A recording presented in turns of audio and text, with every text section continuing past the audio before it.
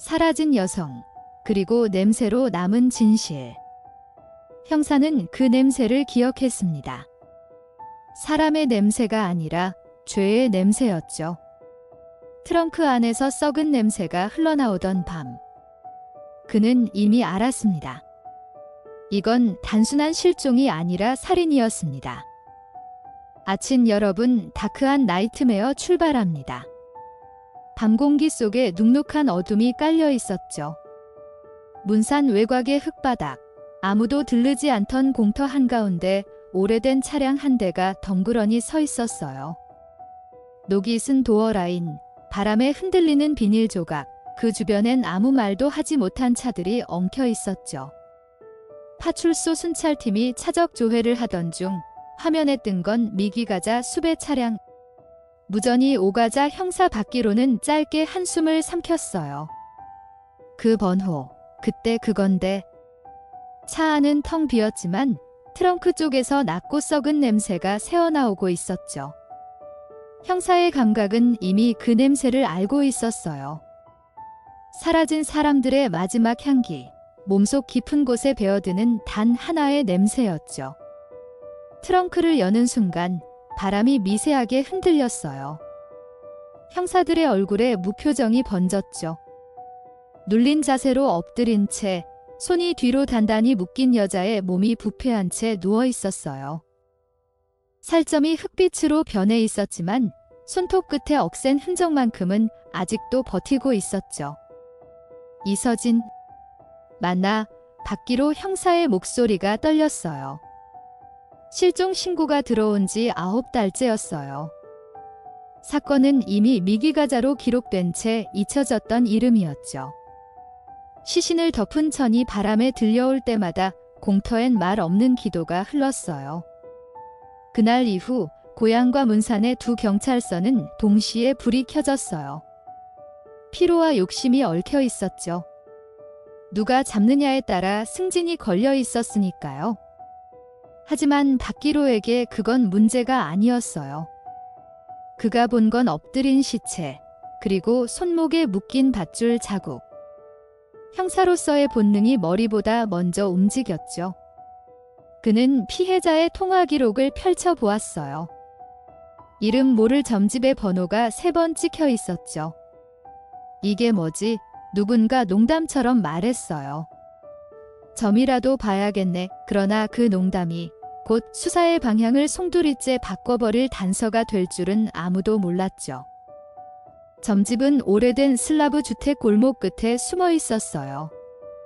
낮은 천장, 향 냄새, 벽엔 이름과 생년월일이 가득 적힌 종이판들이 매달려 있었죠. 박기로 형사는 피해자의 사진을 내밀며 물었어요. 이 사람 봤습니까? 보살 받보려는 사진을 힐끗 보고 고개를 저었죠. 우리 신도는 아닌데요. 형사는 주변 아줌마들에게도 보여줬지만 다들 모른다고 했어요. 그때 보살이 눈을 감더니 낮게 중얼거렸죠. 엎어지면 코 닿을 데서 찾을 거예요. 남자 둘, 여자 하나, 그 말이 공기 속에 미세한 균열처럼 스며들었죠. 형사는 그 말을 메모하지 않았지만 머리 어딘가에 깊게 남았어요. 며칠 뒤 수사는 벽에 부딪혔어요. 통화 내역도, 보험 가입자도, 채권자도, 남자 관계도 명확한 단서가 없었죠. 봄이 지나 여름이 왔고 사건은 미제로 정리되었어요.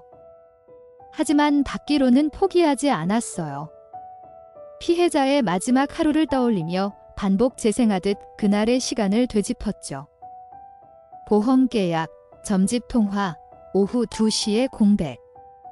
그 3시간의 틈 속에 진실이 있었어요. 이건 끝난 사건이 아니야. 그의 목소리가 조용했지만 그 안엔 피로보다 강한 집착이 스며 있었죠. 시간이 흘러 1999년 여름, 또 다른 사건이 들어왔어요. 초등학교 여교사가 제자에게 납치되어 트렁크에 갇혔다는 신고였죠. 조사 중 그 여교사의 입에서 나온 말이 형사의 가슴을 얼어붙게 했어요. 그 남자가 저를 트렁크에 엎어놓고 손을 뒤로 묶었어요.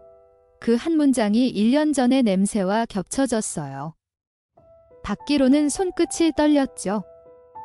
그 자세 그대로여서 그는 서류를 덮고 즉시 교사 사건의 피의자를 확인했습니다. 이름 정도현. 그리고 머릿속에서 오래 묻혀있던 엎어지면 코 닿을 때가 다시 떠올랐죠. 정도현은 25살, 점집 옆 골목의 청년이었어요. 어린 시절부터 어둠이 짙게 깔린 인물이었죠. 아버지는 이발소를 했고 병으로 일찍 세상을 떠났어요. 어머니는 식당에서 밤낮 없이 일하며 아들을 키웠지만 그는 늘 거리의 아이들과 어울렸어요. 사람의 눈빛을 오래 보지 못했고 말끝엔 늘 비웃음이 섞였죠. 그는 보험 이야기를 미끼로 이서진을 자신의 집으로 불러들였어요. 낮은 톤의 목소리, 예의 바른 미소. 그러나 그 안에는 오랫동안 눌러온 폭력이 꿈틀거리고 있었죠. 이서진은 평범한 하루라고 생각했어요. 고객의 추천으로 소개받은 청년, 새로 카센터를 연다며 보험을 들고 싶다고 말했죠. 깔끔한 옷차림, 얌전한 말투, 낯선 공간에 대한 경계는 잠시였어요. 차를 타고 이동하면서 그는 웃으며 말했죠. 선생님, 저희 집 바로 근처예요. 금방 끝납니다. 그 말에 그녀는 의심을 거뒀죠. 그러나 문이 닫히고 몇 초 뒤, 공기 속에 섞인 미세한 쇠 냄새가 달라졌어요. 칼날이 빛을 받았고 그녀의 숨이 순간 멎었죠. 가만히 있어요. 다치게 안 할게요. 그의 손이 떨렸어요. 사리와 공포가 섞인 그 떨림은 이미 인간의 온기를 잃은 짐승의 것이었죠.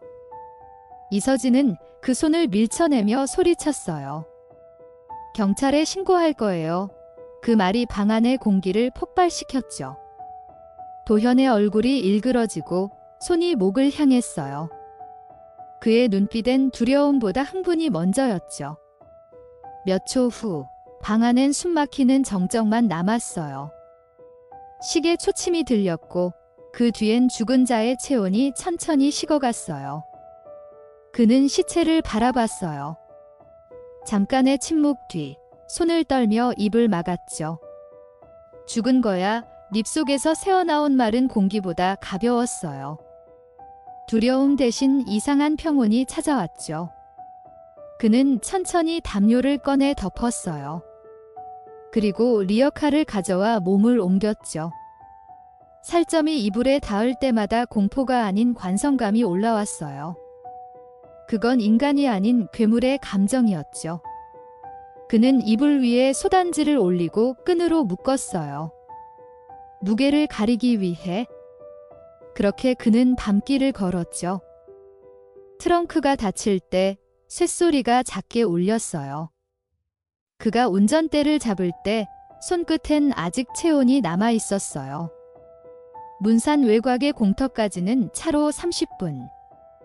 새벽 안개가 짙게 깔린 도로를 달리며 그는 거울을 보았죠. 눈동자 속에 두 사람이 있었어요. 자신과 뒤에서 묶여있는 그녀. 차가 멈췄을 때 그는 뒤를 돌아보지 않았어요. 여기면 되겠지. 그렇게 트렁크를 닫고 문을 잠그고 발자국을 지우듯 사라졌죠.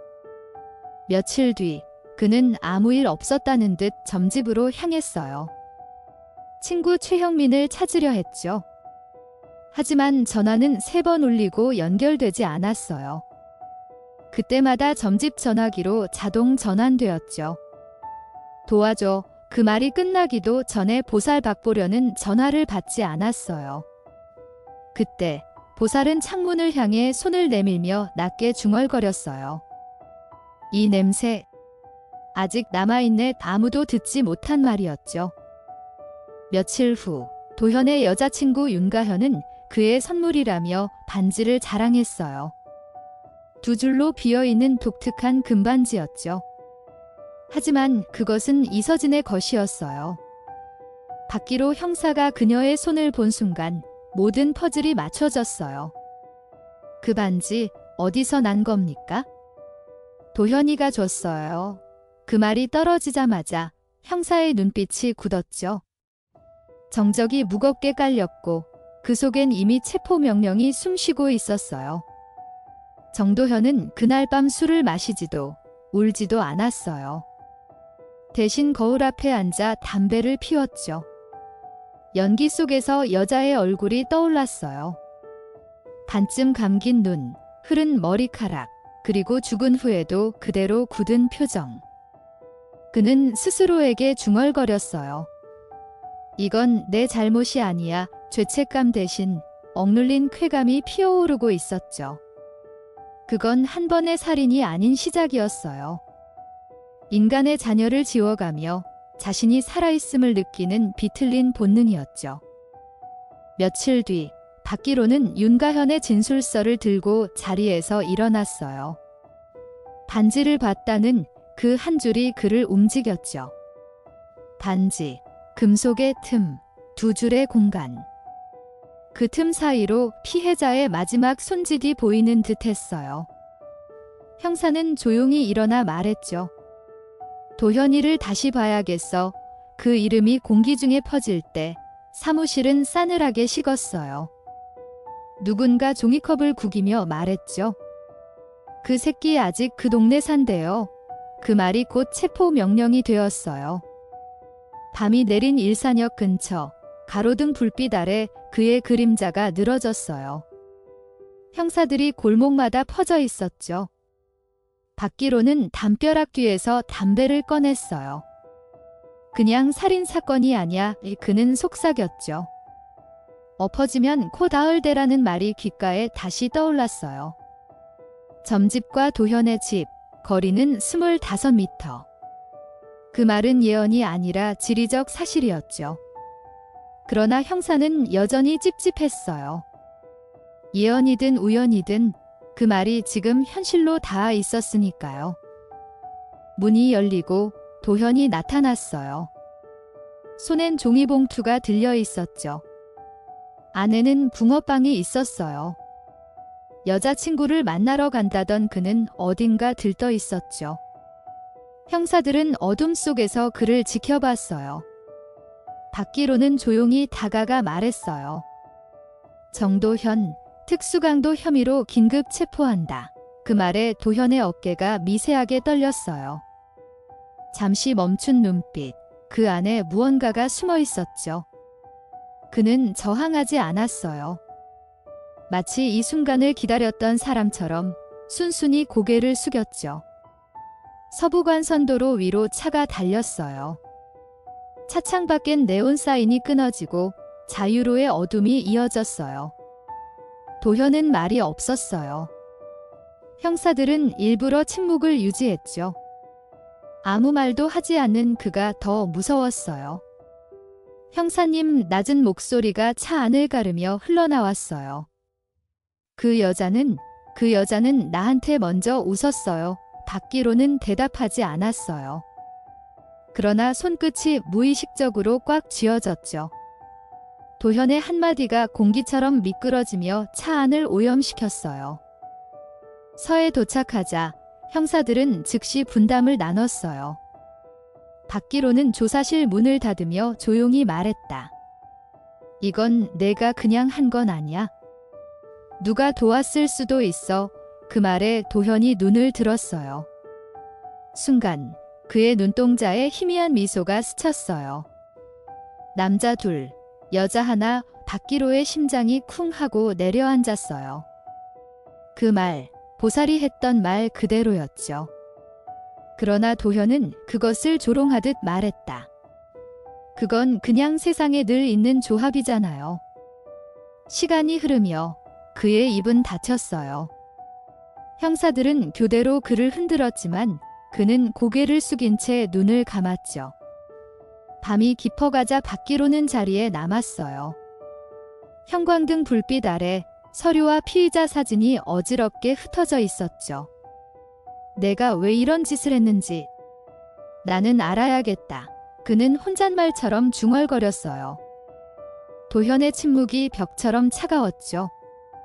그 벽을 뚫기 위해선 인간의 언어로 닿을 수 없는 곳까지 들어가야 했어요. 새벽이 다가올 무렵 도현의 손이 미세하게 떨렸어요. 형사는 종이컵에 물을 밀어줬죠. 마셔. 그리고 생각 좀 해. 그는 천천히 물을 마시더니 고개를 들었어요. 형사님, 나도 알아요. 내가 사람 죽였어요.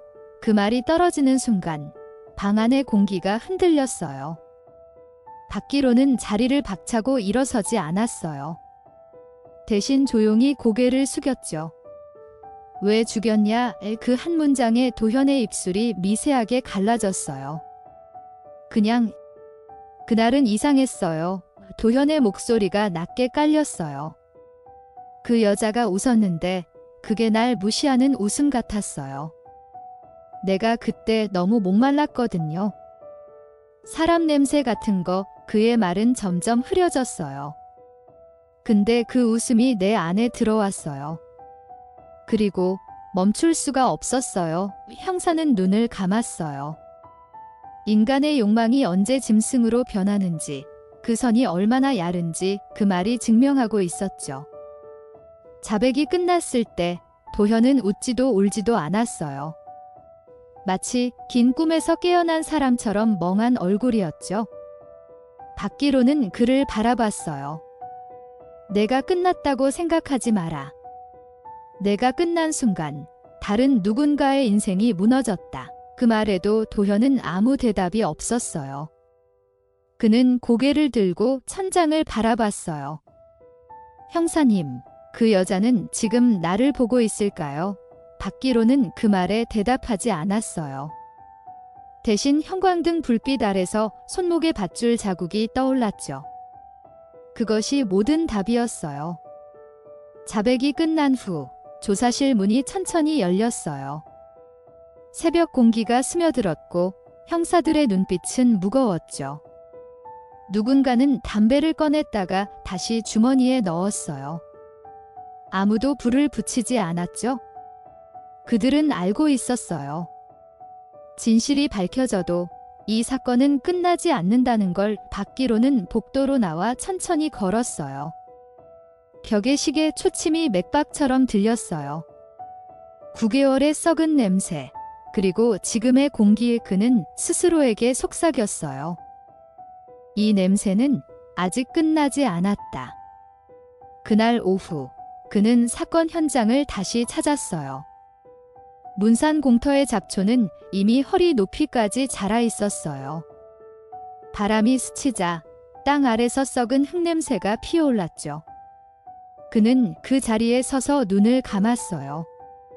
트렁크가 열리던 순간 손이 묶인 시신의 모습이 다시 떠올랐어요. 그때의 냄새가 코끝에 스며들었죠. 형사는 주저앉아 손으로 흙을 쥐었어요. 이 흙이 그녀가 마지막으로 닿았던 세상이었어요. 아무리 닦아도 사라지지 않는 냄새, 그것이 형사라는 직업의 대가였어요.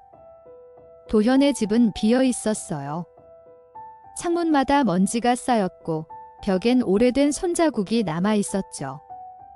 형사는 손전등을 켜고 안으로 들어섰어요.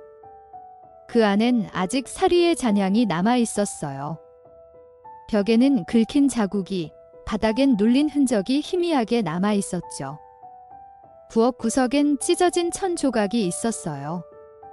그 위에 마른 핏자국이 얼룩져 있었죠. 그는 조용히 중얼거렸어요. 이 집은 아직도 말을 한다. 아무리 시간이 흘러도 공간은 기억을 버리지 않았어요. 형사는 점집 앞에 섰어요. 낮은 처마 및 낡은 문패. 그 안에서 보살 박보련이 조용히 향을 피우고 있었어요. 형사는 문턱 앞에서 멈춰 섰죠. 그때 말했죠. 엎어지면 코 닿을 때라고. 보살은 고개를 들지 않고 대답했어요. 그건 신이 아니라 냄새가 말한 거예요. 형사는 잠시 말이 막혔어요. 남자 둘, 여자 하나, 그 말에 보살은 피식 웃었어요. 그건 언제나 인간이 망가질 때 생기는 조합이에요. 형사는 그 말의 의미를 끝내 이해하지 못했어요. 며칠 뒤, 도현의 누나 정미라가 조용히 조사를 받았어요. 그날 내 동생 짐을 옮겼지? 네, 리어카에 담요랑 옷가지 같은 걸 싣길래 도와줬어요. 그 안에 뭐가 들어있는지 몰랐어. 그녀는 눈을 크게 뜨며 고개를 저었어요. 몰랐어요. 그냥 힘들어 보여서 도와줬어요. 형사는 손끝으로 책상을 두드렸어요. 그녀의 목소리는 떨렸고 그 떨림엔 진심이 묻어 있었어요. 그는 잠시 숨을 내쉬었죠.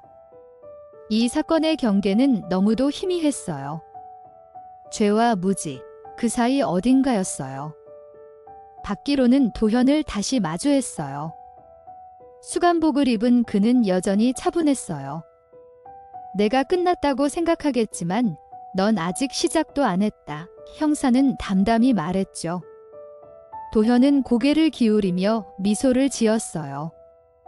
형사님, 사람은 다 똑같아요. 누구나 그 선을 넘을 수 있잖아요. 형사는 아무 대답도 하지 않았어요. 그 여자는 그냥 나한테 보험을 팔았어요.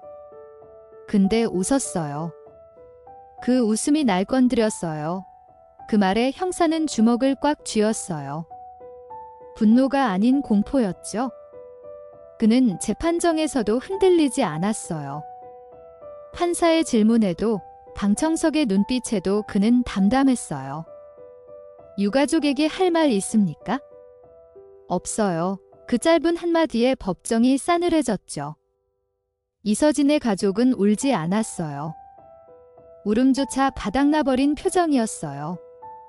기자들이 셔터를 눌렀고 형사는 그 순간 눈을 감았어요.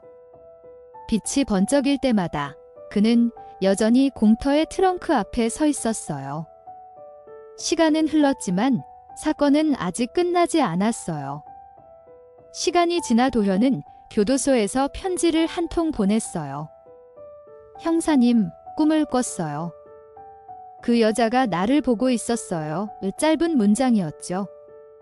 받기로는 편지를 찢지도 버리지도 않았어요. 그저 서랍에 넣어 두었어요. 종이 냄새가 옅게 스며들었어요. 그는 생각했어요. 가장 무서운 건 죄가 아니라 그 죄를 기억하는 인간의 습성이다. 도현은 감옥에 있었지만 그 기억은 여전히 세상 밖에 남아 있었어요. 여름이 끝나갈 무렵 형사는 문산 근처 공터를 다시 찾았어요. 잡초 사이로 녹슨 차량이 아직 남아 있었죠. 그는 트렁크를 조용히 손으로 쓸었어요. 금속의 차가운 감촉이 손끝을 타고 심장으로 전해졌어요. 이건 끝이 아니야. 그의 목소리는 바람에 섞여 사라졌어요. 멀리서 기러기 소리가 들렸죠. 그 소리가 마치 누군가의 마지막 숨 같았어요. 형사는 그날 밤 단 한 줄만 기록했어요. 냄새는 사라지지 않는다. 그로부터 몇 달 뒤, 초동 담당 형사 최준영이 은퇴를 앞두고 찾아왔어요. 그의 얼굴은 세월보다 죄책감이 깊게 패여 있었어요. 형님, 내가 그때 조금만 빨리 움직였어도. 받기로는 담담히 웃었어요. 그땐 시대가 그랬잖아. 내 탓이 아냐. 그러나 최준영은 고개를 숙인 채 말을 잇지 못했어요. 아직도 그 냄새가 떠나질 않아요. 그 말에 받기로는 아무 말도 하지 않았어요. 그도 똑같이 그 냄새를 품고 있었으니까요. 형사는 그날 밤 혼자 사무실에 남았어요. 불이 꺼진 복도 끝에서 들려오는 바람 소리만이 살아있었죠. 서류철 위엔 이서진의 사진이 놓여 있었어요. 미소 짓고 있는 평범한 얼굴, 그 웃음이 지금도 박기로의 가슴 한가운데에 남아 있었죠. 그는 손가락으로 사진 위를 천천히 문질렀어요. 잔뜩 마른 종이의 감촉이 차갑게 전해졌죠. 그 웃음 하나가 한 인간을 무너뜨렸다. 그 생각이 들자 인간이란 존재가 얼마나 쉽게 깨지는지 형사는 다시금 두려워졌어요. 받기로는 기록 서류를 덮으며 천천히 일어섰어요. 형광등 불빛이 머리 위에서 윙윙거렸죠. 창문 너머로는 새벽이 밀려오고 있었어요. 그는 담배를 꺼내 불을 붙이지 않은 채 입에 물었어요. 끝은 언제나 인간이 만든다. 그 말이 공중에 흩어졌어요. 도현이란 이름이 사라져도 그날의 공기와 냄새는 여전히 남아 있었어요. 그는 사건 일지를 가방에 넣으며 속삭였죠. 나는 아직 이 사건에서 빠져나오지 못했어. 그날 이후 문산의 공터는 아무도 찾지 않았어요. 여름비가 내리고 잡초가 자라 다시 차량을 삼켰죠. 아이들은 그곳을 귀신차라 불렀어요. 그 말이 돌면서 어른들은 더 이상 그 근처를 가지 않았어요. 그러나 밤이 되면 누군가 트렁크를 여는 듯한 금소금이 들렸다고 했어요. 형사는 그런 소문을 믿지 않았어요. 하지만 어떤 날은 자신도 그 소리를 들은 것 같았어요. 현실과 기억, 두 세계의 경계가 점점 흐려졌죠. 도현은 수감 중에도 아무런 변화가 없었어요. 심리상담사가 물었죠. 후회합니까? 그는 고개를 저었어요. 그 여자는 웃었어요. 그게 다예요. 상담사는 아무 말도 하지 못했어요. 도현의 눈엔 인간의 감정이 없었어요. 그건 죄의식이 아니라 감각의 결여였죠. 세상엔 괴물이 아니라 감정이 죽은 사람들이 존재한다는 걸 형사는 뒤늦게 깨달았어요. 그 깨달음이 오히려 더 잔혹했죠. 가을이 되었을 때 피해자의 남편이 경찰서를 찾아왔어요. 그는 조용히 봉투 하나를 내밀었어요. 이건 아내가 마지막으로 썼던 보험 계약서입니다. 형사는 그것을 받으며 고개를 숙였어요. 종이 안에는 서진의 필체로 남겨진 메모가 있었죠. 오늘 고객 상담, 기분이 이상하다. 그래도 웃자 이 그 짧은 문장은 칼보다 깊었어요. 박기로는 말없이 창밖을 바라봤어요. 세상은 여전히 돌아가고 있었지만 어떤 웃음은 다시 돌아오지 않았죠. 형사는 그날 이후 매일 새벽 같은 시간에 깨어났어요. 눈을 뜨면 어둠 속에서 트렁크의 문이 떠오르고 냄새가 다시 코끝을 스쳤어요. 그는 그 냄새를 지우기 위해 커피를 몇 잔씩 마셨죠. 하지만 커피의 쓴맛조차 그 냄새를 덮지 못했어요. 인간이란 결국 기억의 감옥에 갇혀 살아가는 존재였어요. 그는 그 감옥의 문을 열 수 없었어요. 그것이 형사로 남는다는 의미였죠. 몇 년 뒤 새로운 사건이 들어왔어요. 실종된 여성, 차량, 그리고 다시 등장한 트렁크. 박기로는 보고서를 읽으며 숨을 멈췄어요. 문장 하나하나가 옛 사건의 그림자와 닮아 있었죠. 그는 동료에게 조용히 말했다. 역사는 반복되지 않아. 다만 인간이 같은 실수를 반복할 뿐이지. 그 말에 후배 형사는 아무 말도 하지 못했어요. 박기로의 눈빛은 더 이상 형사의 눈빛이 아니었어요. 그것은 죄의 연속을 지켜본 인간의 눈빛이었죠. 어느 날 형사는 퇴직 서류를 책상에 올려두었어요. 서류 위엔 잿빛 먼지가 내려앉았어요. 이제 그만하셔도 됩니다. 후배의 말에도 그는 고개를 끄덕이지 않았어요. 창밖으론 겨울비가 내리고 있었어요. 물방울이 유리창을 타고 흘러내릴 때마다 그 안엔 트렁크의 반사광이 어른거렸죠. 그는 마지막으로 수첩을 열어 메모 하나를 남겼어요. 사람의 웃음엔 경계가 필요하다. 그 웃음이 누구의 절벽이 될지 모른다. 퇴직 후에도 그는 문산 근처를 가끔 찾았어요. 공터엔 더 이상 차가 없었어요. 대신 새로 지어진 건물과 가게들이 들어서 있었죠. 하지만 그는 그 자리를 한눈에 알아봤어요.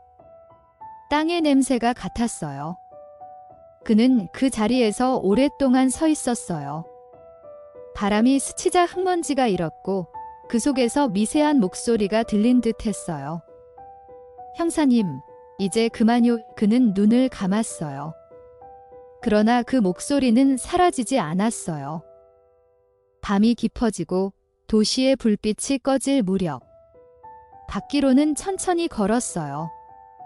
어깨 위로 비가 내렸고 어둠은 그를 감쌌어요. 그의 발소리가 골목을 울렸죠.